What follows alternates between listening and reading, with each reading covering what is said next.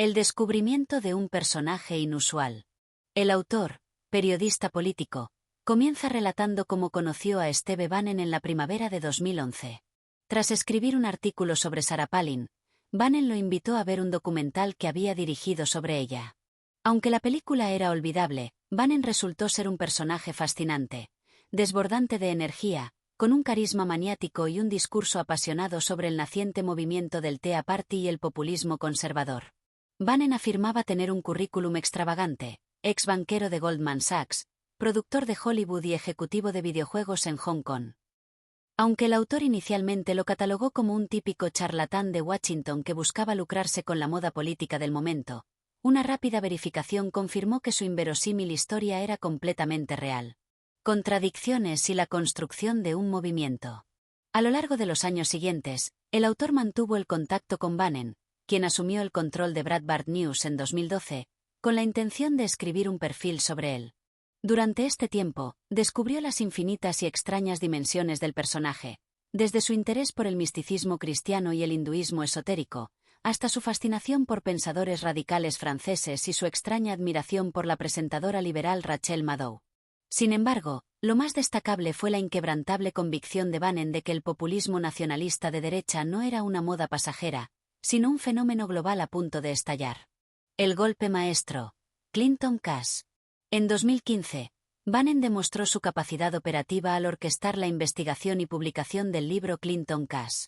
Utilizando un equipo de investigadores, Bannon rastreó las donaciones extranjeras a la Fundación Clinton y diseñó un plan ingenioso para que los medios tradicionales, mainstream, cubrieran la historia. El libro dañó severamente la imagen pública de Hillary Clinton de cara a las elecciones, un golpe del que nunca se recuperó por completo. La ceguera de los expertos y la victoria imprevista.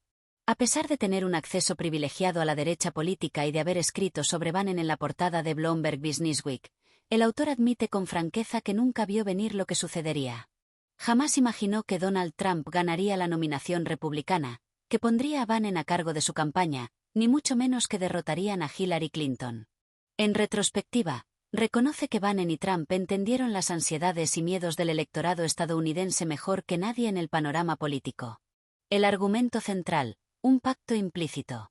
El prefacio establece el propósito del libro: rastrear los orígenes improbables de esta alianza, cómo triunfaron y cómo finalmente su relación se desmoronó.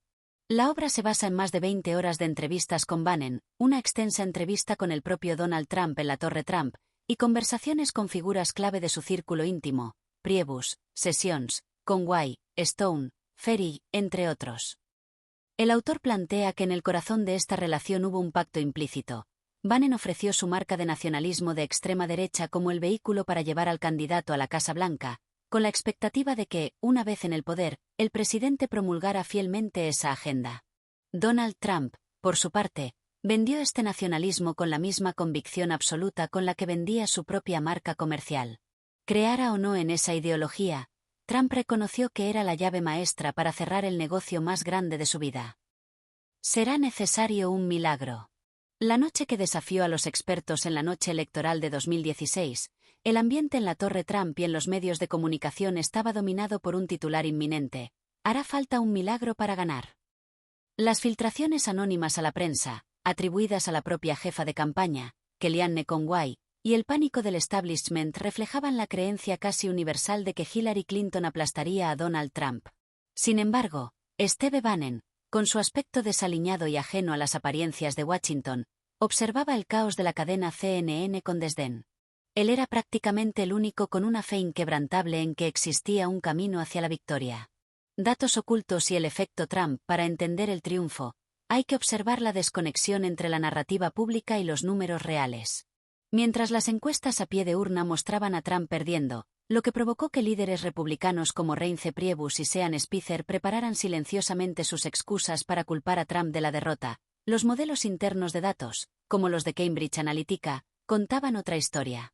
El aumento masivo de votantes de clase trabajadora en condados considerados campanas extractoras, como Ocaloosa en Florida o Macomb en Michigan, confirmó la existencia de un electorado oculto. Los medios corporativos habían ignorado por completo este efecto Trump, pero esa misma noche, los datos aplastaron la narrativa oficial. El estratega improbable Bannon no era el típico genio político detrás del trono, como Karl Rove. Era un ideólogo radical, un exbanquero y productor convertido en agitador populista. A los ojos del Partido Republicano, poner a Bannon al frente de la campaña era como darle los mandos a un loco suicida, una granada de mano humana dispuesta a incendiar el sistema. Pero Trump, otro outsider disruptivo, vio en Bannon exactamente lo que necesitaba: una energía inagotable, una mentalidad de ataque constante y una narrativa histórica que convertía una simple campaña en un movimiento global contra las élites corruptas. El pacto detrás de la presidencia. En este capítulo, el autor desmitifica la idea de que la victoria fue un accidente o producto exclusivo del carisma de Trump, revelando la alianza táctica que la hizo posible. La ideología. Bannon. Durante años, Bannon buscó un vehículo para su cosmovisión nacionalista, construyendo una maquinaria, como Breitbart News y la investigación de Clinton Cash, diseñada específicamente para destruir a Hillary Clinton. El vendedor, Trump reconoció el inmenso poder de este mensaje del nosotros contra ellos. Lo adoptó y lo vendió con la misma convicción brutal con la que vendía sus edificios, entendiendo que era la llave para el mayor negocio de su vida. Conclusión: la pieza faltante del rompecabezas. El mundo sigue preguntándose cómo pudo ocurrir la victoria de Trump en 2016, buscando respuestas en los rusos, el FBI, las noticias falsas o el sexismo. Aunque todos esos factores existieron, ninguna de esas explicaciones aisladas logra desentrañar el misterio. La pieza faltante de ese rompecabezas es Steve Bannon. Su improbable llegada a la Casa Blanca es la historia de cómo un ideólogo oportunista logró que su visión extremista colisionara con el candidato adecuado en el momento más preciso y vulnerable de la historia moderna de Estados Unidos. El origen improbable, de los casinos al activismo. La asociación entre Donald Trump y Steve Bannon tiene un origen tan extraño y sinuoso como la propia vida de Trump, comenzando, irónicamente, con una feroz demanda corporativa en los años 90. Steve Wynn, el magnate de los casinos de Las Vegas, intentó entrar en el mercado de Atlantic City, amenazando directamente el imperio de Trump. La batalla legal entre ambos gigantes, ambos millonarios, ególatras y exalumnos de la Universidad de Pensilvania, fue brutal, involucrando incluso a investigadores privados que cambiaban de bando como espías de Guerra Fría. Sin embargo, cuando MGM compró la compañía de Wynn y el conflicto territorial se disolvió, los dos antiguos enemigos se hicieron amigos. Fue gracias a esta reconciliación que, años más tarde, Wynn le presentó a Trump a un hombre que cambiaría su destino político: David Bossier. El arquitecto del odio a los Clinton. Para entender la maquinaria que llevó a Trump al poder, hay que entender a David Bossier. En los años 90, Bossier fue el investigador jefe del Comité de Supervisión de la Cámara de Representantes, bajo el mando del fanático congresista republicano Dan Burton, famoso por disparar a una sandía para intentar probar que un exasesor de Clinton fue asesinado. Bossier se convirtió en el sabueso incansable de la derecha, filtrando escándalos de Bill y Hillary Clinton a la prensa. Sin embargo, su obsesión lo llevó a la imprudencia. Tras alterar transcripciones de grabaciones para incriminar a Hillary Clinton en un fraude, Bossier fue descubierto en televisión nacional y despedido en desgracia. Expulsado del establishment republicano, Bossier no se rindió. Se convirtió en presidente de Citizens United, transformándose en un guerrero anti-Clinton a tiempo completo financiado por la derecha radical. El catalizador: Citizens United y la conexión Trump. En 2007, Bossier produjo el documental Hillary, de Movie, un ataque despiadado contra la ex primera dama. Cuando las leyes de financiación de campañas intentaron prohibir su emisión, Bossier demandó, logrando en 2010 la histórica y controvertida victoria en la Corte Suprema, Citizens United VFEC, que permitió la entrada de dinero corporativo ilimitado en la política. Este triunfo devolvió a Bossier a la relevancia justo cuando Donald Trump comenzaba a coquetear seriamente con la política, impulsando la teoría de conspiración racista, birtheism, de que Barack Obama no había nacido en Estados Unidos. A través de Wynn, Trump y Bossier se conectaron. La humillación que cambió la historia.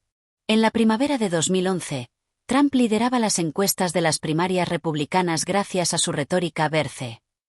Su arrogancia lo llevó a asistir a la cena de corresponsales de la Casa Blanca, creyendo que sería el centro de atención. No sabía que el presidente Obama y el comediante Seth Meyers habían preparado una emboscada pública perfecta. Frente a la élite de Washington, Obama humilló a Trump con burlas implacables sobre su teoría conspirativa y su carrera en reality shows. Meyers lo remató riéndose de su cabello y afirmando que su candidatura presidencial era una broma.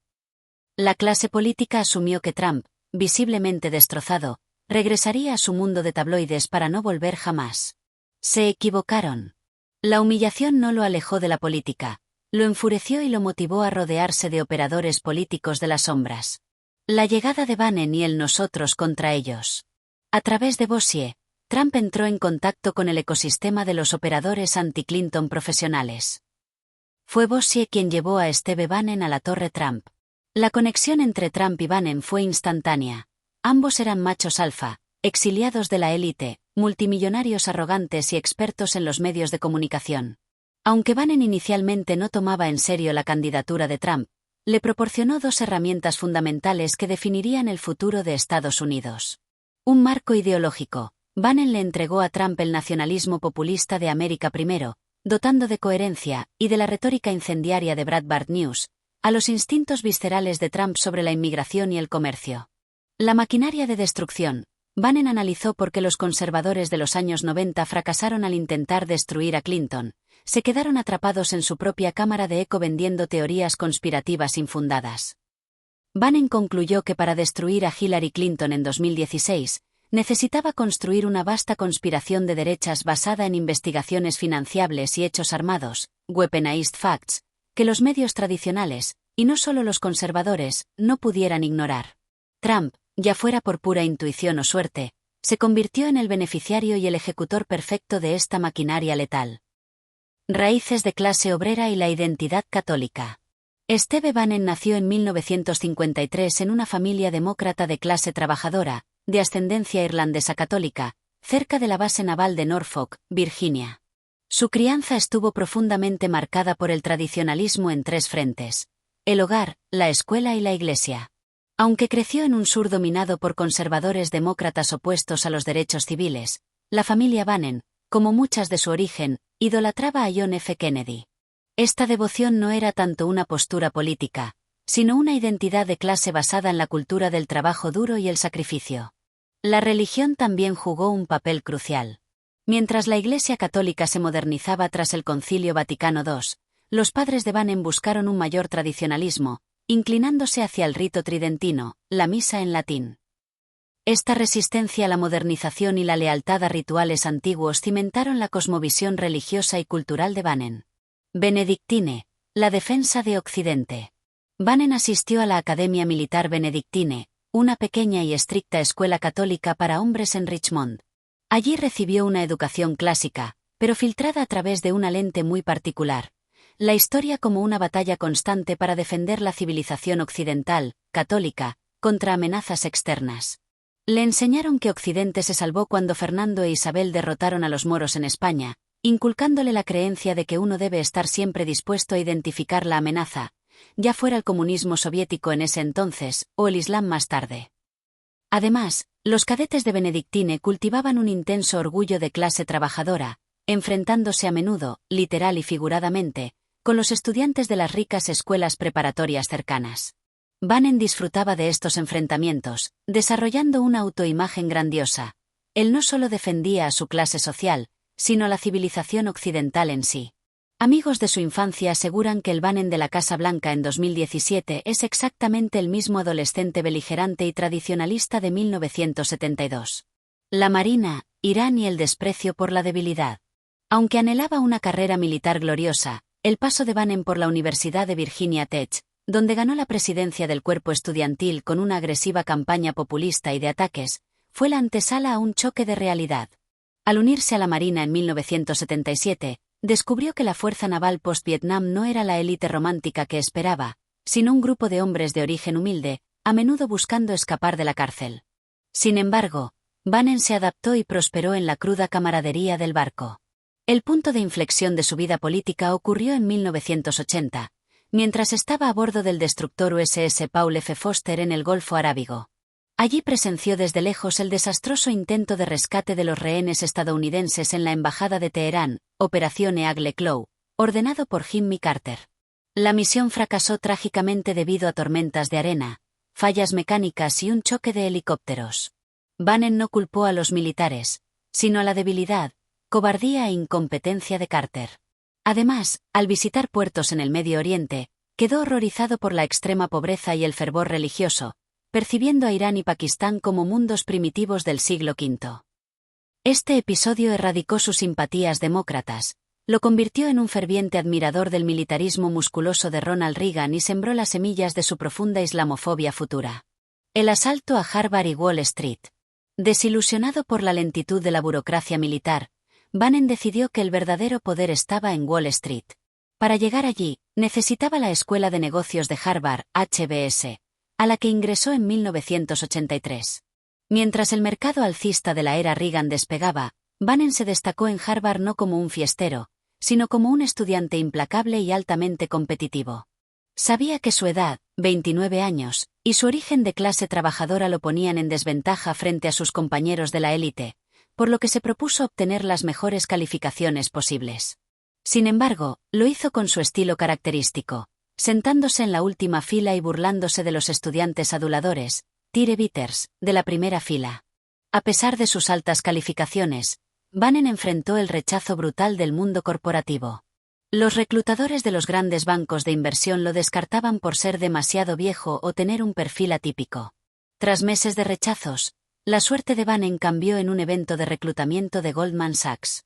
Sintiendo que no tenía posibilidades, se relajó, tomó una cerveza y comenzó a charlar animadamente sobre béisbol y política con dos desconocidos. Resultaron ser John Weinberg, hijo del director de la firma, y Rob Kaplan, futuro socio senior. Impresionados por su carisma y su don para contar historias, abogaron por él en la junta de reclutamiento esa misma noche, salvándolo del rechazo seguro y abriéndole las puertas de la élite financiera de Wall Street. Una forma peligrosa de mirar el mundo. Raíces de clase obrera y la identidad católica. Steve Bannon nació en 1953 en una familia demócrata de clase trabajadora, de ascendencia irlandesa católica, cerca de la base naval de Norfolk, Virginia. Su crianza estuvo profundamente marcada por el tradicionalismo en tres frentes: el hogar, la escuela y la iglesia. Aunque creció en un sur dominado por conservadores demócratas opuestos a los derechos civiles, la familia Bannon, como muchas de su origen, idolatraba a John F. Kennedy. Esta devoción no era tanto una postura política, sino una identidad de clase basada en la cultura del trabajo duro y el sacrificio. La religión también jugó un papel crucial. Mientras la Iglesia católica se modernizaba tras el Concilio Vaticano II, los padres de Bannon buscaron un mayor tradicionalismo, inclinándose hacia el rito tridentino, la misa en latín. Esta resistencia a la modernización y la lealtad a rituales antiguos cimentaron la cosmovisión religiosa y cultural de Bannon. Benedictine, la defensa de Occidente. Bannon asistió a la Academia Militar Benedictine, una pequeña y estricta escuela católica para hombres en Richmond. Allí recibió una educación clásica, pero filtrada a través de una lente muy particular: la historia como una batalla constante para defender la civilización occidental, católica, contra amenazas externas. Le enseñaron que Occidente se salvó cuando Fernando e Isabel derrotaron a los moros en España, inculcándole la creencia de que uno debe estar siempre dispuesto a identificar la amenaza, ya fuera el comunismo soviético en ese entonces, o el Islam más tarde. Además, los cadetes de Benedictine cultivaban un intenso orgullo de clase trabajadora, enfrentándose a menudo, literal y figuradamente, con los estudiantes de las ricas escuelas preparatorias cercanas. Bannon disfrutaba de estos enfrentamientos, desarrollando una autoimagen grandiosa. Él no solo defendía a su clase social, sino a la civilización occidental en sí. Amigos de su infancia aseguran que el Bannon de la Casa Blanca en 2017 es exactamente el mismo adolescente beligerante y tradicionalista de 1972. La Marina, Irán y el desprecio por la debilidad. Aunque anhelaba una carrera militar gloriosa, el paso de Bannon por la Universidad de Virginia Tech, donde ganó la presidencia del cuerpo estudiantil con una agresiva campaña populista y de ataques, fue la antesala a un choque de realidad. Al unirse a la Marina en 1977, descubrió que la fuerza naval post-Vietnam no era la élite romántica que esperaba, sino un grupo de hombres de origen humilde, a menudo buscando escapar de la cárcel. Sin embargo, Bannon se adaptó y prosperó en la cruda camaradería del barco. El punto de inflexión de su vida política ocurrió en 1980, mientras estaba a bordo del destructor USS Paul F. Foster en el Golfo Arábigo. Allí presenció desde lejos el desastroso intento de rescate de los rehenes estadounidenses en la embajada de Teherán, Operación Eagle Claw, ordenado por Jimmy Carter. La misión fracasó trágicamente debido a tormentas de arena, fallas mecánicas y un choque de helicópteros. Bannon no culpó a los militares, sino a la debilidad, cobardía e incompetencia de Carter. Además, al visitar puertos en el Medio Oriente, quedó horrorizado por la extrema pobreza y el fervor religioso, percibiendo a Irán y Pakistán como mundos primitivos del siglo V. Este episodio erradicó sus simpatías demócratas, lo convirtió en un ferviente admirador del militarismo musculoso de Ronald Reagan y sembró las semillas de su profunda islamofobia futura.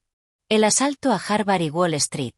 Desilusionado por la lentitud de la burocracia militar, Bannon decidió que el verdadero poder estaba en Wall Street.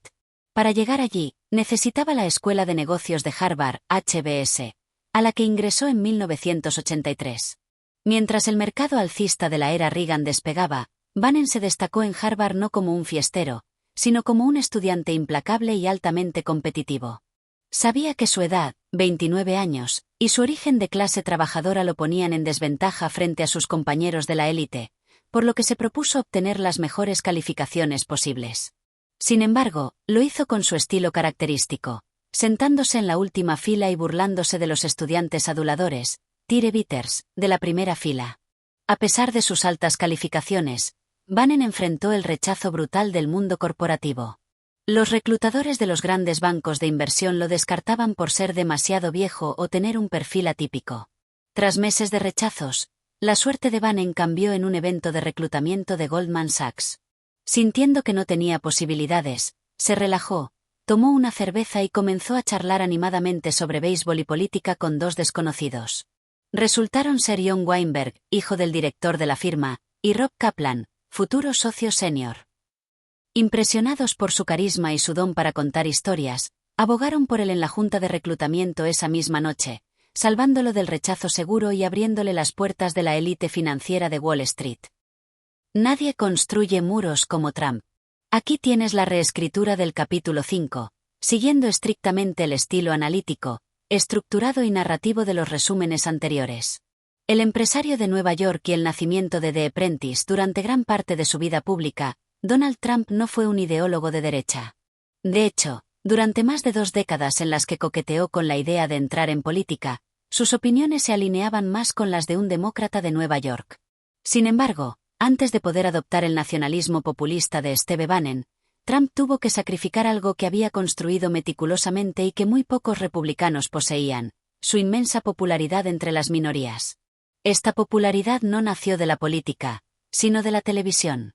En 2004, la cadena NBC estrenó The Apprentice. En un momento en que la cadena perdía audiencia frente a sus competidores en el género de la telerrealidad, el programa de Trump, con su famosa frase "Estás despedido", se convirtió en un éxito masivo e inmediato, atrayendo a más de 20 millones de espectadores semanales. Para NBC y para Trump, fue una bendición económica, atrayendo a anunciantes de primera línea, como McDonald's, Ford y Pepsi. Pero, más importante aún, cimentó la imagen nacional de Trump como el máximo símbolo del éxito empresarial estadounidense.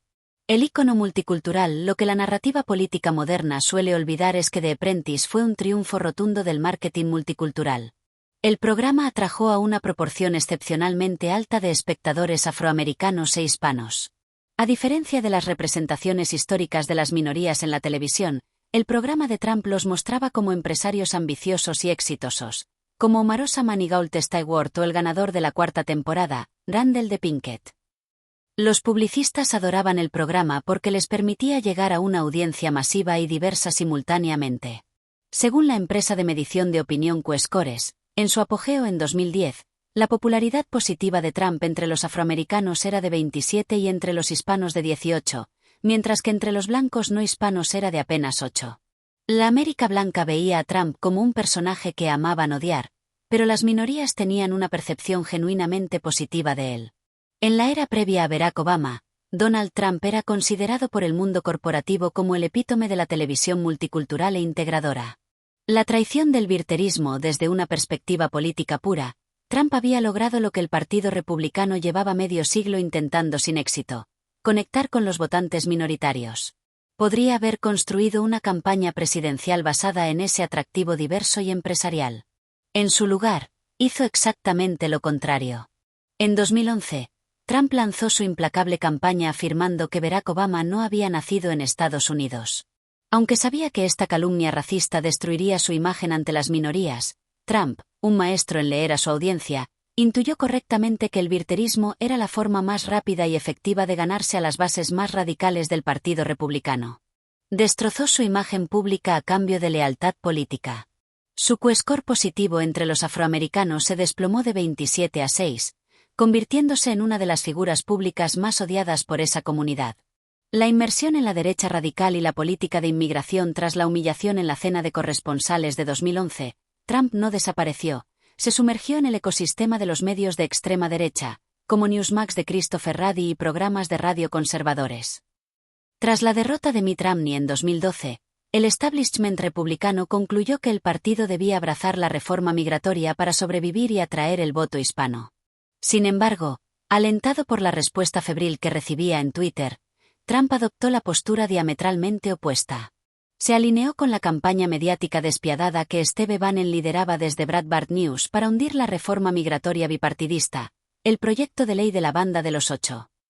Bannon y Breitbart proporcionaron el combustible, publicando historias alarmistas sobre crímenes en la frontera y niños migrantes, lo que finalmente destruyó el proyecto de ley y le costó el puesto al líder de la mayoría republicana, Eric Cantor. La génesis de El Muro y el desvío hacia Nueva York para 2014, Trump se había transformado por completo en un populista de extrema derecha.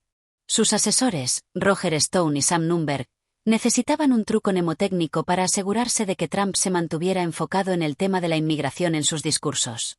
Así nació la idea de El Muro. Cuando Trump la aprobó por primera vez en enero de 2015 en Iowa, la respuesta del público fue eufórica. Sin embargo, el camino hacia la Casa Blanca casi se desvía. A finales de 2013, Trump coqueteó seriamente con postularse para gobernador de Nueva York contra Andrew Cuomo. Asesores como Roger Stone le advirtieron que perdería estrepitosamente, arruinando sus posibilidades presidenciales. Curiosamente, fue Kellyanne Conway quien produjo un memorando halagador y engañoso, que omitía los malos datos y alentaba a Trump a postularse. Finalmente, las fricciones con los líderes republicanos locales y el abrumador éxito que tuvo al atacar el establishment en eventos nacionales, como cuando el público ovacionó sus insultos hacia Jeb Bush y los políticos tradicionales en New Hampshire, lo convencieron de abandonar la idea local. Trump sabía que su mensaje populista estaba funcionando a nivel nacional. Estaba listo para postularse a la presidencia. Los Alcots. El multimillonario excéntrico y la cruzada contra el sistema.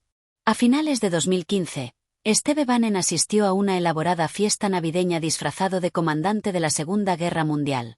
El anfitrión era Robert Mercer, un multimillonario solitario, excéntrico y CEO del mítico fondo de cobertura cuantitativo Renaissance Technologies. Mercer era un hombre de pasiones inusuales. Coleccionaba ametralladoras, poseía un tren a escala de $2.7 millones y creía en teorías extremas, como que la radiación nuclear de Hiroshima había sido beneficiosa para la salud. Para 2010, impulsado por el fallo de Citizens United, el caso promovido por David Bossier, Mercer decidió utilizar su inmensa fortuna para influir en la política. Sin embargo, a diferencia de otros donantes republicanos, Mercer despreciaba profundamente al establishment del partido. Tras los fracasos electorales de 2012, Mercer y su hija, Rebecca, se distanciaron de la maquinaria tradicional republicana y se erigieron como unos alt-Kochs, una alternativa radical a los hermanos Koch, financiando a candidatos e instituciones outsiders de la extrema derecha. El algoritmo de la rebelión. La inclinación de Mercer hacia lo poco convencional no era casualidad, era la base de su éxito financiero. En Renaissance Technologies, Mercer, un brillante científico informático ex-IBM, revolucionó Wall Street aplicando la traducción automática estadística y algoritmos de reconocimiento de patrones a los mercados financieros. En lugar de confiar en la intuición de los economistas tradicionales, los superordenadores de Mercer buscaban correlaciones ocultas e ilógicas, como la relación entre un día soleado y el alza de una acción, que los demás ignoraban. Esta misma filosofía lo llevó a Bannon.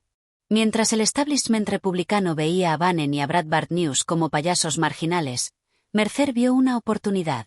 Al igual que en sus algoritmos financieros, Mercer creía que la ventaja estaba en apostar por fuerzas disruptivas que los expertos tradicionales subestimaban o despreciaban. La maquinaria de destrucción de 4 motores. Aunque los Mercer invirtieron millones inicialmente en la campaña presidencial del senador Ted Cruz, su candidato favorito, su impacto real y devastador se canalizó a través de la infraestructura que financiaron para Steve Bannon. Con el capital de los Mercer, Bannon construyó un ecosistema interconectado de 4 organizaciones diseñadas específicamente para destruir a Hillary Clinton. Breitbart News. Con una inyección de $10 millones de los Mercer en 2012, Bannon transformó el sitio en un gigante mediático que bombardeaba diariamente a los Clinton y al establishment republicano, dictando la narrativa de la derecha radical. Government Accountability Institute, GAI, un grupo de investigación sin fines de lucro, fuertemente financiado por los Mercer y dirigido por el investigador Peter Schweizer. Bannon usó GAI para investigar la corrupción y el amiguismo de los Clinton, lo que culminó en la publicación del explosivo libro Clinton Cash en 2015. Glittering Steel, una productora de cine fundada por Bannon y Rebecca Mercer para crear documentales políticos de propaganda, incluyendo la versión cinematográfica de Clinton Cash, estrenada estratégicamente durante la campaña de 2016. Cambridge Analytica, una empresa de análisis de datos y guerra psicológica adquirida por Mercer, con Bannon en la junta directiva. El objetivo era dotar a la derecha radical de tecnología de microsegmentación y perfiles psicográficos para influir en los votantes, operando de manera independiente a la infraestructura de datos del Partido Republicano. El Svengali y sus banqueros.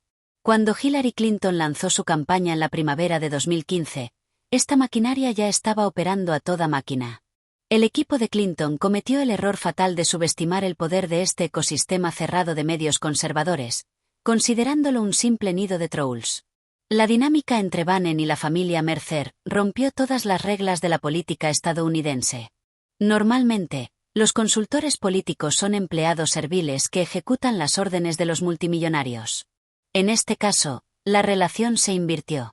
Bannon actuó como un Svengali ideológico, mientras que los Mercer funcionaron esencialmente como sus banqueros mercantiles. Financiaron ciegamente la gran visión de Bannon, construyendo la trampa perfecta que, finalmente, atraparía a Hillary Clinton y llevaría a Donald Trump a la presidencia. Una hierba rodante de identidad masculina herida y agresión. La fiesta en el corazón de la tormenta. A finales de febrero de 2015, la sede de Breitbart News en Washington, D.C., una lujosa casa conocida irónicamente como la Embajada Breitbart, era el escenario de una ruidosa y caótica fiesta organizada por Steve Bannon tras la Conferencia de Acción Política Conservadora, PAC. Mientras Donald Trump había dado un discurso de recepción tibia ese mismo día insinuando sus aspiraciones presidenciales, Bannon era la verdadera estrella de la noche. Se deleitaba siendo el anfitrión de una mezcla surrealista de personajes marginales, como Nigel Ferry, líder del movimiento pro-Brexit, y Phil Robertson, patriarca de Duck Dynasty, recientemente suspendido por comentarios homofóbicos. Para Bannon, esta mezcolanza de marginados y extremistas no era un error, sino el núcleo de su estrategia. Estaba formando un ejército de populistas descontentos, una fuerza rebelde, un club bable, dispuesta a declarar la guerra a la élite globalista. Esa misma noche, Bannon celebraba en secreto que el libro Clinton Cash, producto de 2 años de trabajo encubierto, estaba casi listo. Estaba seguro de que destruiría la inminente campaña presidencial de Hillary Clinton. Jekyll y Hyde, la estrategia de 2 caras. Bannon entendió perfectamente por qué los conservadores fracasaron al intentar destruir a los Clinton en los años 90. Se dejaron llevar por el extremismo y las teorías de conspiración sin fundamentos, como los disparos a sandías de Dan Burton, perdiendo toda credibilidad ante los votantes indecisos y los medios de comunicación masivos. Quedaron atrapados en su propia cámara de eco. Para tener éxito en 2016, Bannon operó con una doble identidad, como el Dr. Jekyll y Mr. Hyde. Breitbart News. Bannon usó Breitbart para radicalizar a la base conservadora, inyectando narrativas incendiarias, raciales y nativistas. Su jugada más audaz fue contratar al provocador Milo Yiannopoulos para atraer al masivo y tóxico ecosistema de jóvenes gamers, las comunidades de 4chan y Reddit, cuna del alt-right, transformando su agresividad digital en activismo político a favor de Trump. Dr. Jekyll, Government Accountability Institute, GAI. Con el financiamiento de la familia Mercer, Bannon operaba el GAI en la silenciosa Tallahassee. Aquí, investigadores profesionales como Peter Schweizer no buscaban rumores, sino datos duros y transacciones financieras ocultas de la Fundación Clinton en la Deep Web. Bannon sabía que la prensa tradicional ignoraría a Breitbart, pero no podría resistirse a investigaciones forenses rigurosas y exclusivas. Infiltrando a la élite mediática, anclar a la izquierda, pivotar a la derecha.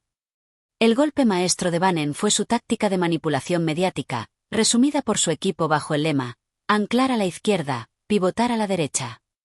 En lugar de publicar los hallazgos de Clinton Cash directamente en los medios conservadores, el equipo de Bannon filtró la investigación, datos reales sobre la relación entre las donaciones extranjeras a la Fundación Clinton y los favores del Departamento de Estado, a los periódicos más prestigiosos y liberales del mundo, como The New York Times y The Washington Post. David Brock, un estratega demócrata, reconoció con pavor la brillantez de esta táctica. The New York Times actuó como el cuerpo huésped perfecto para el virus. Al ser publicado por el Times, la historia adquirió una legitimidad innegable. Solo entonces, Bannon pivotaba a la derecha, utilizando a Breitbart News para amplificar la indignación de las bases conservadoras, creando un ciclo de noticias infinito y devastador que unía, paradójicamente, a la prensa liberal y a la extrema derecha en su ataque contra Hillary Clinton. Agudizando las contradicciones. La campaña de Clinton fue sorprendida e incapaz de detener la hemorragia. Intentaron desestimar Clinton Cash como simple propaganda conservadora, pero fracasaron porque los datos eran reales y estaban respaldados por la prensa tradicional. La imagen de Clinton se desplomó. Más del 60% de los estadounidenses la consideraron poco confiable. Para Bannon, esto fue la aplicación perfecta del concepto marxista de agudizar las contradicciones. El objetivo no era solo enfurecer a la derecha, sino desilusionar a la propia base de Clinton. Al exponer cómo los Clinton aceptaban dinero de oligarcas extranjeros, regímenes represivos y contratistas de defensa, Bannon logró que los demócratas puros y los jóvenes progresistas vieran a Clinton como el epítome de la corrupción elitista, impulsando paralelamente la inesperada insurgencia de Bernie Sanders. La maquinaria de Bannon había dejado a Clinton mortalmente herida, justo a tiempo para el ascenso de la única figura capaz de capitalizar todo ese caos, Donald Trump. El tráfico está absolutamente asqueroso. El descenso en la escalera mecánica. El 16 de junio de 2015, Donald Trump descendió por la escalera mecánica de la Torre Trump y pronunció un discurso de 45 minutos, en gran parte improvisado, que sacudió los cimientos de la política estadounidense. Al referirse a los inmigrantes mexicanos como violadores y criminales, Trump desató el pánico entre los líderes del Partido Republicano. Tras la derrota de Mitt Romney en 2012, el partido había elaborado una rigurosa autopsia que concluía que la supervivencia del partido dependía de abrazar la reforma migratoria y atraer el voto hispano. El discurso de Trump era la antítesis exacta de esa estrategia. Sin embargo, en el búnker de Steve Bannon, la reacción fue de euforia. Bannon y su equipo en Breitbart News estaban extasiados de que Trump no suavizara su mensaje. Sabían que, al romper tabúes tan agresivamente, Trump se aseguraba de que los medios tradicionales, que inicialmente se habían negado a cubrir su anuncio por considerarlo un truco publicitario, no pudieran ignorarlo. El mensaje nativista caló inmediatamente en la base conservadora más radical. El nexo táctico en la frontera. Para respaldar la retórica incendiaria de Trump con acción teatral, Bannon orquestó una visita relámpago a la frontera entre EU y México en Laredo, Texas, a finales de julio. Bannon había utilizado previamente a Breitbart para cultivar relaciones estrechas con los agentes de la patrulla fronteriza, muchos de los cuales se sentían abandonados por los políticos pro-reforma de Washington. Aunque el viaje de Trump a Laredo duró apenas 3 horas y fue un circo mediático, cumplió su propósito estratégico. Trump proyectó la imagen de un hombre dispuesto a enfrentarse al peligro, inexistente, para decir la verdad, y eclipsó por completo a sus rivales republicanos, especialmente a Jeb Bush. 3 días antes de este viaje, Trump superó a Bush en las encuestas, una posición de liderazgo que jamás cedería. Además, esto solidificó la dinámica de campaña. Bannon y Breitbart operaban como asesores en la sombra, proporcionando ideas, tácticas, como el documento de política migratoria redactado por Ann Coulter, y una validación ideológica constante. La guerra contra Fox News y Megyn Kelly. A medida que Trump consolidaba su liderazgo de cara al primer debate republicano en agosto, las tensiones con Fox News aumentaron. Las figuras ejecutivas de Fox, como Rupert Murdoch y Roger Ailes, favorables a la reforma migratoria y simpatizantes de Marco Rubio, Temían que el extremismo de Trump arruinara las posibilidades del partido en las elecciones generales. El debate en Cleveland se convirtió en una emboscada. La moderadora Megyn Kelly confrontó brutalmente a Trump con su historial de comentarios misóginos. Aunque las preguntas de Kelly fueron periodísticamente precisas, la reacción en el auditorio y entre las bases republicanas fue inesperada. Se pusieron del lado de Trump.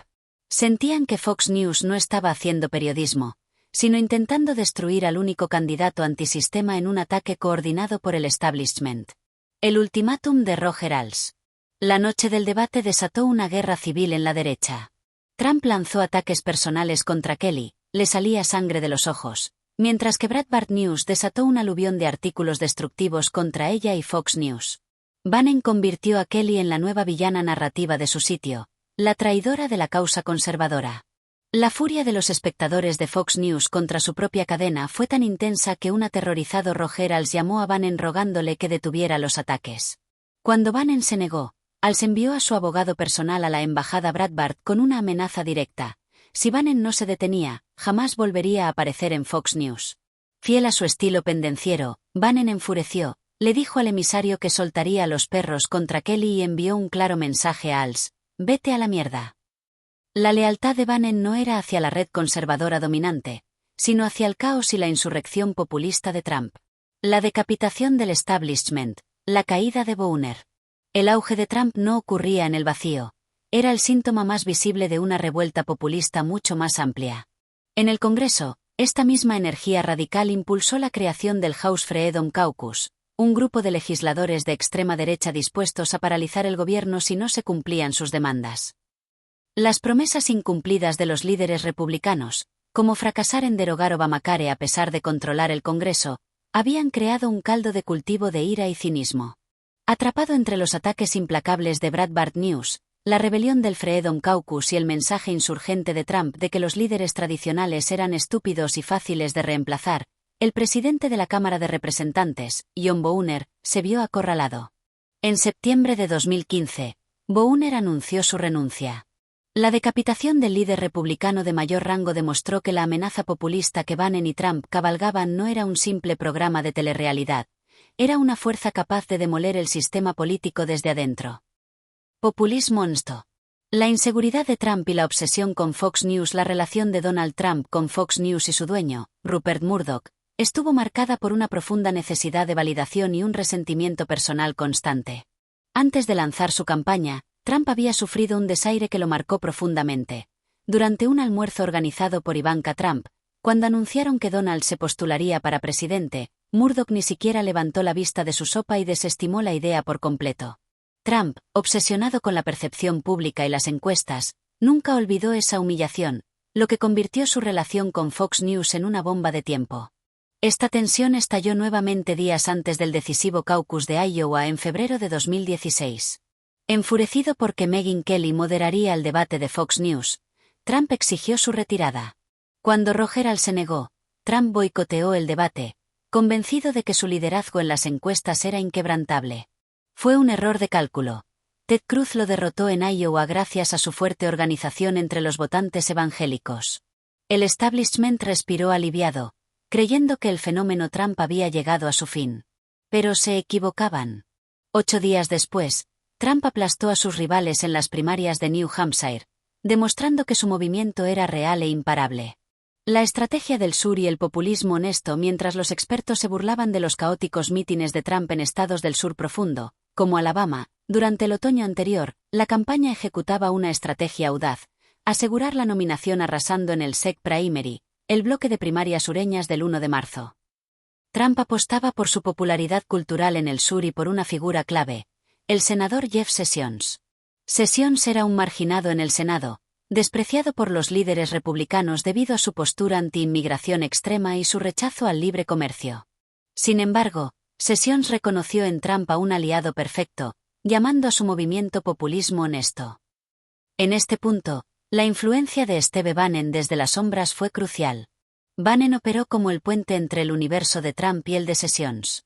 Logró que la campaña de Trump contratara al asesor principal de Sessions, Stephen Miller, quien se convertiría en el redactor de los discursos nacionalistas de Trump. Finalmente, Bannon convenció a un aterrorizado Sessions de arriesgar su carrera política y convertirse en el primer senador en respaldar públicamente a Trump. Este respaldo, otorgado días antes del supermartes, validó a Trump ante las bases conservadoras y del Tea Party, sellando su victoria en el sur. El pánico del establishment y la farsa de Paul Ryan tras arrasar en el sur, el establishment republicano entró en pánico absoluto. Con los rivales de Trump cayendo uno tras otro, hasta que Cruz abandonó en mayo tras perder en Indiana, los líderes del partido comenzaron a fantasear con arrebatarle la nominación a Trump en una convención abierta, utilizando como caballero blanco al presidente de la Cámara, Paul Ryan. La mera posibilidad aterrorizó y enfureció a Bannon, quien veía a Ryan como el epítome del globalismo corporativo y la debilidad conservadora. Desde la embajada Breitbart, Bannon ordenó a sus reporteros lanzar ataques despiadados contra Ryan, prometiendo usar la maquinaria del alt-right, incluyendo memes racistas de la rana Pepe, para destruirlo políticamente. Finalmente, la rebelión de Ryan nunca se materializó, y el Comité Nacional Republicano, RNC, no tuvo más remedio que declarar a Trump el presunto candidato oficial. Caos interno y la caída de Rogers a pesar de sus victorias aplastantes, la campaña de Trump era un desastre organizativo, plagado de luchas internas dignas de una telenovela. El jefe de campaña original, Corey Lewandowski, leal pero belicoso, fue despedido tras enemistarse con la familia Trump y el yerno del candidato, Jared Kushner. Fue reemplazado por Paul Manafort, un oscuro operador político con lazos con oligarcas prorrusos, quien intentó, y fracasó, domesticar la retórica incendiaria de Trump. Al mismo tiempo, la principal plataforma mediática de la derecha, Fox News, sufría un terremoto interno. Rogers fue acusado de acoso sexual masivo. Desesperado, Als llamó a su antiguo enemigo, Steve Bannon, rogándole cobertura aérea desde Breitbart. Aunque Bannon accedió inicialmente por razones tácticas, creía que el escándalo era un complot de los hijos liberales de Murdoch para arruinar la convención de Trump. Pronto le dijo a Als la brutal verdad: su carrera había terminado. Als fue despedido horas antes de que Trump aceptara la nominación. El rescate de los Mercer. La convención republicana de julio en Cleveland fue un evento distópico. El discurso de aceptación de Trump pintó un retrato apocalíptico de un Estados Unidos asolado por el crimen y el terrorismo. Solo yo puedo arreglarlo, declaró. Las semanas siguientes fueron catastróficas. Trump atacó a la familia de un soldado musulmán estadounidense muerto en combate y pidió a Rusia que hackeara los correos electrónicos de Hillary Clinton. A mediados de agosto, Clinton tenía una ventaja de 2 dígitos. El partido amenazaba con cortarle la financiación a Trump, y la campaña parecía condenada al colapso. Fue en este momento de desesperación absoluta cuando la multimillonaria Rebecca Mercer voló en helicóptero a los Hamptons para reunirse cara a cara con Donald Trump. Su mensaje fue claro: la campaña necesitaba un cambio drástico y agresivo. Y ella sabía exactamente a quién poner a cargo: a Steve Bannon. Quema todo.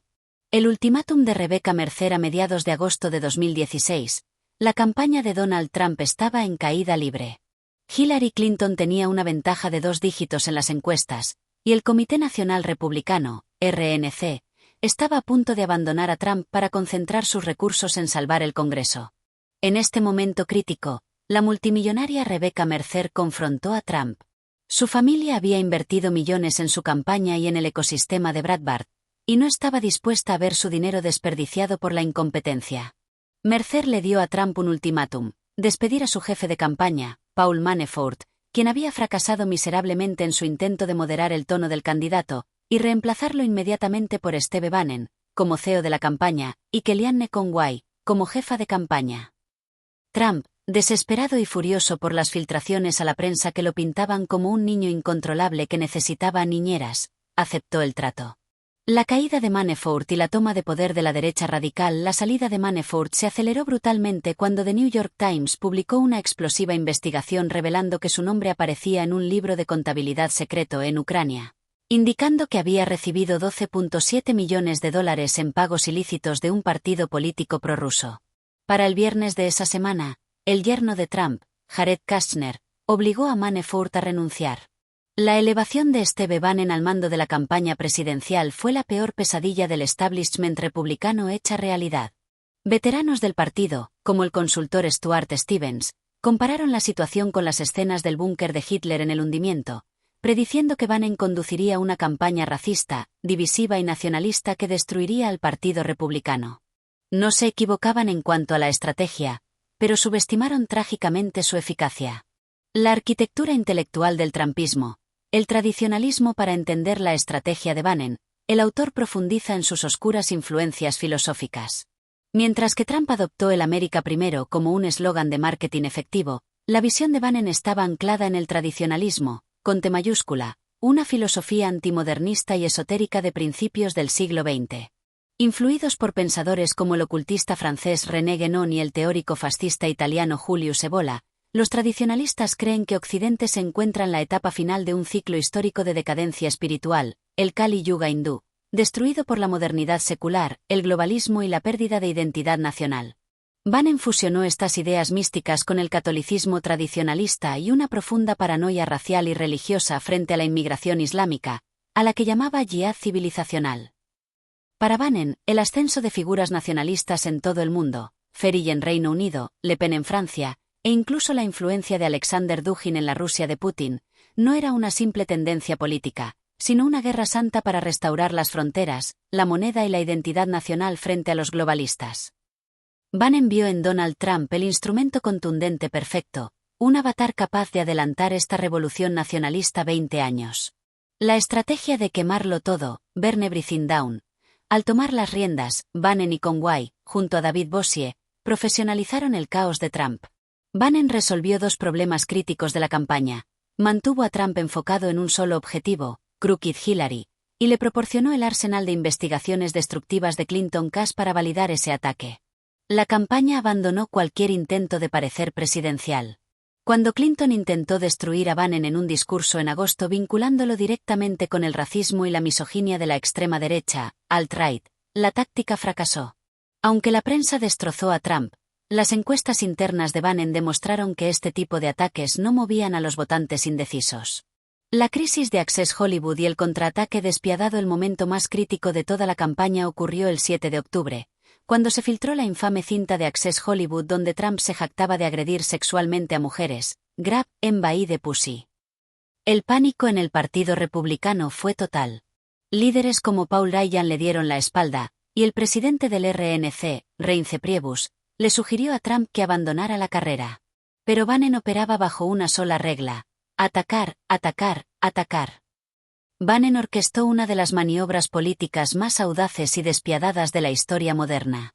90 minutos antes del segundo debate presidencial, Bannon sentó a Trump frente a las cámaras junto a 4 mujeres que habían acusado a Bill Clinton de agresión sexual, Kathleen Willey, Juanita Broaddrick, Paula Jones, o a Hillary Clinton de encubrimiento. El objetivo de Bannon no era defender a Trump, sino convertir a Bill Clinton en el Bill Cosby de la política, embarrando la cancha hasta el punto de desmoralizar a las jóvenes votantes feministas de Hillary. Aunque no lograron sentar a las mujeres en el palco VIP para forzar un enfrentamiento físico en vivo, el truco visual dominó por completo el ciclo de noticias, neutralizando el impacto de la cinta de Trump. El cierre apocalíptico a medida que avanzaba octubre y más mujeres acusaban a Trump de agresión, Bannon redobló la apuesta apocalíptica. Los discursos finales de Trump se llenaron de referencias a conspiraciones globales, élites financieras y la destrucción inminente de la soberanía estadounidense, el lenguaje exacto del tradicionalismo de Bannon. Mientras los demócratas y los medios celebraban lo que parecía el colapso definitivo del magnate, los analistas de datos de Bannon notaron algo extraño en sus modelos matemáticos: los números se estaban recuperando. Había un electorado oculto en el medio oeste industrial que respondía ferozmente a este mensaje del fin de los tiempos. A una semana de las elecciones, Bannon observaba con incredulidad el exceso de confianza de la campaña demócrata y se preguntaba: ¿qué está haciendo Clinton? Faltan 7 días y ella está haciendo campaña en Arizona. La trampa estaba a punto de cerrarse. El FBI se ha enterado de la existencia. La ceguera de los demócratas y el mapa fantasma. En las semanas finales de la campaña presidencial, la estrategia de Hillary Clinton estaba dictada por una confianza ciega y letal. Convencida de que las encuestas públicas eran infalibles y que los votantes demócratas desilusionados inevitablemente regresarían a ella, su equipo decidió ignorar el vital medio oeste industrial, estados como Michigan o Wisconsin, y en su lugar, intentar aplastar a Trump compitiendo en estados sólidamente republicanos, como Arizona. Clinton buscaba no solo ganar, sino humillar a Trump con una victoria aplastante, landslide, que validara su coalición de minorías, jóvenes y mujeres de los suburbios. Mientras tanto, en el búnker de Trump, los analistas de datos de Cambridge Analytica estaban tomando una decisión arriesgada y desesperada. Basándose en los datos de votación anticipada, alteraron los algoritmos de sus modelos predictivos para reflejar un electorado diferente al que todos los demás esperaban. Uno más viejo, más blanco, más rural y profundamente populista. Al recalibrar los datos, el mapa electoral cambió drásticamente. Estados que parecían perdidos, Florida, Pensilvania, Michigan, Wisconsin, de repente se volvieron competitivos. Por primera vez, el modelo arrojó un camino matemático real hacia la victoria, siempre y cuando ocurriera un evento que empujara a los votantes indecisos. La carta de Comey y el colapso del Double Jate. Ese evento ocurrió el 28 de octubre. El director del FBI, James Comey, envió una carta al Congreso anunciando que se reabría la investigación sobre los correos electrónicos de Hillary Clinton, tras encontrar nuevos mensajes en la computadora de Anthony Weiner, esposo de una de las principales asesoras de Clinton. Para la campaña de Trump, fue un regalo caído del cielo. La narrativa de corrupción que Steve Bannon y Peter Schweizer habían construido meticulosamente durante años con Clinton Cash volvió a dominar por completo el ciclo de noticias a solo 11 días de las elecciones. Trump, disciplinado por primera vez en meses, no dejó que nada distrajera la atención de este escándalo, bautizándolo como el mayor escándalo político desde el Watergate. El verdadero impacto de la carta de Comey se sintió en un grupo demográfico crucial que los analistas de Trump llamaban los double haters, votantes que odiaban a ambos candidatos por igual. Este grupo, compuesto principalmente por republicanos moderados a los que les repugnaba la retórica de Trump pero desconfiaban de la economía de Clinton, estaba a punto de quedarse en casa o votar por Clinton tapándose la nariz. La carta del FBI les dio exactamente lo que necesitaban: un permiso moral para votar en contra de Hillary Clinton. La medianoche en Michigan. En la víspera de las elecciones, mientras el modelo de Trump aún le daba solo un 30% a 40% de probabilidades de ganar, el candidato realizó su mitin final pasada la medianoche en Grand Rapids, Michigan.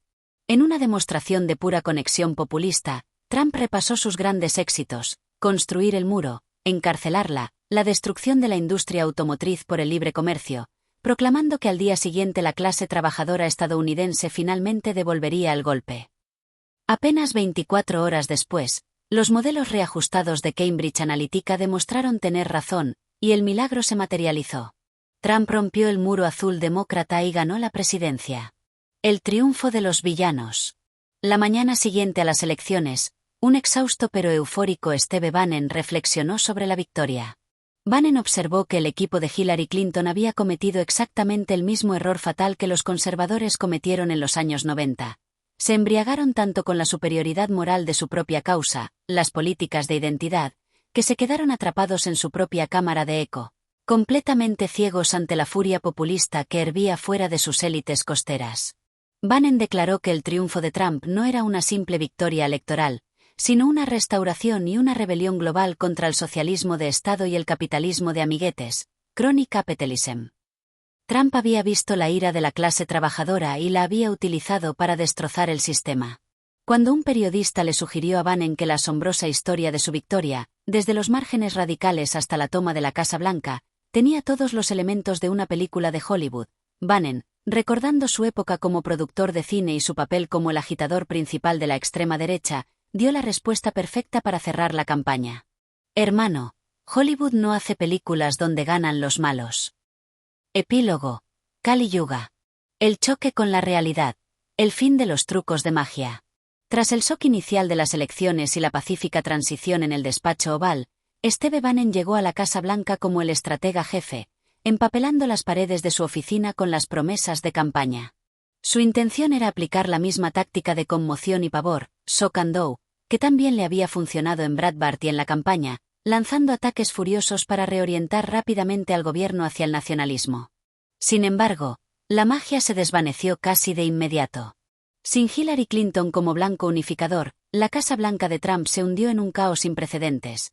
El bloqueo judicial al veto migratorio, el despido del asesor de seguridad nacional Michael Flynn, el fracaso para derogar Obamacare, el despido del director del FBI James Comey y una epidemia de filtraciones. Bannon descubrió brutalmente que gobernar no es lo mismo que hacer campaña. La burocracia, los tribunales y el propio Congreso no eran tan fáciles de manipular como los medios de comunicación o el Comité Nacional Republicano. Las 3 razones del colapso del gobierno populista. El autor identifica 3 factores fundamentales que explican por qué la gran revolución nacionalista de Trump y Bannon se desmoronó tan rápidamente en el poder. 1. La mentalidad de CEO y el instinto asesino. Trump nunca entendió la política gubernamental. La consideraba un juego 19 niveles por debajo de los negocios inmobiliarios. Llenó su gabinete de hombres dominantes y agresivos, asesinos, como él los llamaba, incluyendo a Bannon, Gary Cohn y Wilbur Ross, sin experiencia en el gobierno. La arrogancia de Trump lo cegó ante una verdad fundamental de Washington. Un presidente necesita más al Congreso que el Congreso al presidente. Intentar gobernar a través de la intimidación pura, como exigirle lealtad absoluta a Comey y luego despedirlo, fracasó desastrosamente. 2. La traición a la revolución de la clase trabajadora. El mayor temor de los líderes demócratas, como el senador Chuck Schumer, era que Trump cumpliera su promesa populista de invertir $1 billón en infraestructura, lo que le habría garantizado el apoyo de los sindicatos y la clase obrera por décadas. En su lugar, Trump adoptó la agenda tradicional del establishment republicano de Paul Ryan. Al intentar derogar Obamacare y recortar Medicaid para financiar recortes de impuestos a los ricos, Trump traicionó a los mismos votantes de clase trabajadora que lo habían llevado al poder.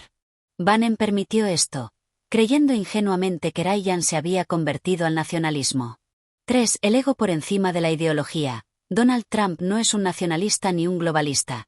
Es un oportunista impulsado por su necesidad de aclamación pública. Esto quedó en evidencia cuando llenó su administración con ejecutivos de Goldman Sachs, a quienes había vilipendiado en campaña, creando una guerra civil interna entre nacionalistas, Bannon, y globalistas, Cohn. Al final, la caída de Bannon en la Casa Blanca no se debió a una disputa ideológica, sino a los celos. Cuando la revista Time puso a Bannon en su portada llamándolo el gran manipulador, el ego de Trump no lo soportó. Marginalizó a Bannon para dejar claro quién era el verdadero jefe. Conclusión: un socio comercial más en la lista de decepciones. El concepto hindú del Kali Yuga, una era de oscuridad y colapso de las tradiciones, que fascinaba a Bannon parecía haber encontrado su clímax en la figura destructiva de Trump. A lo largo de su carrera empresarial, desde Miami hasta Moscú, el modelo de negocios de Donald Trump siempre ha consistido en usar su marca para atraer socios con la promesa de beneficios mutuos, solo para terminar decepcionándolos. Aunque la presidencia de Trump sin duda alteró permanentemente el panorama político estadounidense, haciendo que el Partido Republicano tenga más dificultades para volver a abrazar el libre comercio y la inmigración abierta, la gran revolución nacionalista integral fracasó. Steve Bannon, a pesar de haber orquestado la mayor sorpresa política de la historia de Estados Unidos, estaba destinado a convertirse simplemente en el último de una larga lista de socios comerciales que terminaron traicionados y decepcionados por Donald Trump.